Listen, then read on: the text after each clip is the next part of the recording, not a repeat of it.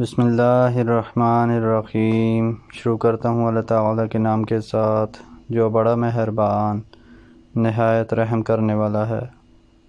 ہم سے علی بن عبداللہ مدینی نے بیان کیا، کہا ہم سے یحییٰ بن سعید قطعان نے، کہا ہم سے حمید طویل نے، کہا ہم سے بکر بن عبداللہ نے ابو رافع کے واسطے سے، انہوں نے ابو ہریرہ رضی اللہ عنہ سے سنا کہ مدینہ کے راستے پر نبی کریم صلی اللہ علیہ وآلہ وسلم سے ان کی ملاقات ہوئی۔ اس وقت ابو ہریرہ رضی اللہ عنہ جنابت کی حالت میں تھے۔ ابو ہریرہ رضی اللہ عنہ نے کہا کہ میں پیچھے رہ کر لوٹ گیا اور غسل کر کے واپس آیا تو رسول اللہ صلی اللہ علیہ وآلہ وسلم نے دریافت فرمایا کہ اے ابو ہریرہ، کہاں چلے گئے تھے؟ انہوں نے جواب دیا کہ میں جنابت کی حالت میں تھا، اس لیے میں نے آپ صلی اللہ علیہ وآلہ وسلم کے ساتھ بغیر غسل کے بیٹھنا برا جانا۔ آپ صلی اللہ علیہ وآلہ وسلم نے ارشاد فرمایا، سبحان اللہ، مومن ہرگز نجس نہیں ہو سکتا۔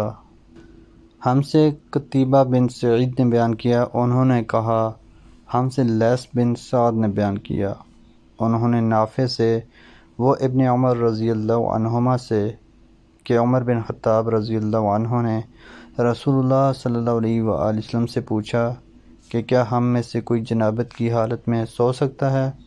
فرمایا ہاں، وضو کر کے جنابت کی حالت میں بھی سو سکتے ہو۔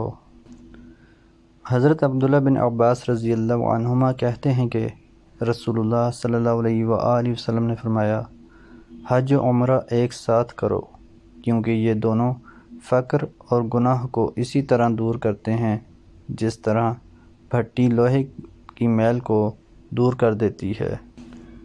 حضرت عبداللہ بن مسعود رضی اللہ عنہ کہتے ہیں کہ رسول اللہ صلی اللہ علیہ وآلہ وسلم نے فرمایا، حج و عمرہ ایک ساتھ کرو، کیونکہ یہ دونوں فقر اور گناہ کو اسی طرح دور کر دیتے ہیں جس طرح بھٹی لوہے اور سونے چاندی کے میل کچیل کو دور کر دیتی ہے، اور حج مبرور کا ثواب جنت کے سوا اور کچھ نہیں ہے۔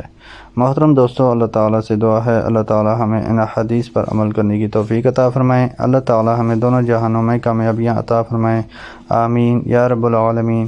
ویڈیو کو ثواب کی نیت سے زیادہ شیئر کریں۔ جزاکم اللہ خیرا کثیرا، والسلام علیکم ورحمۃ اللہ وبرکاتہ۔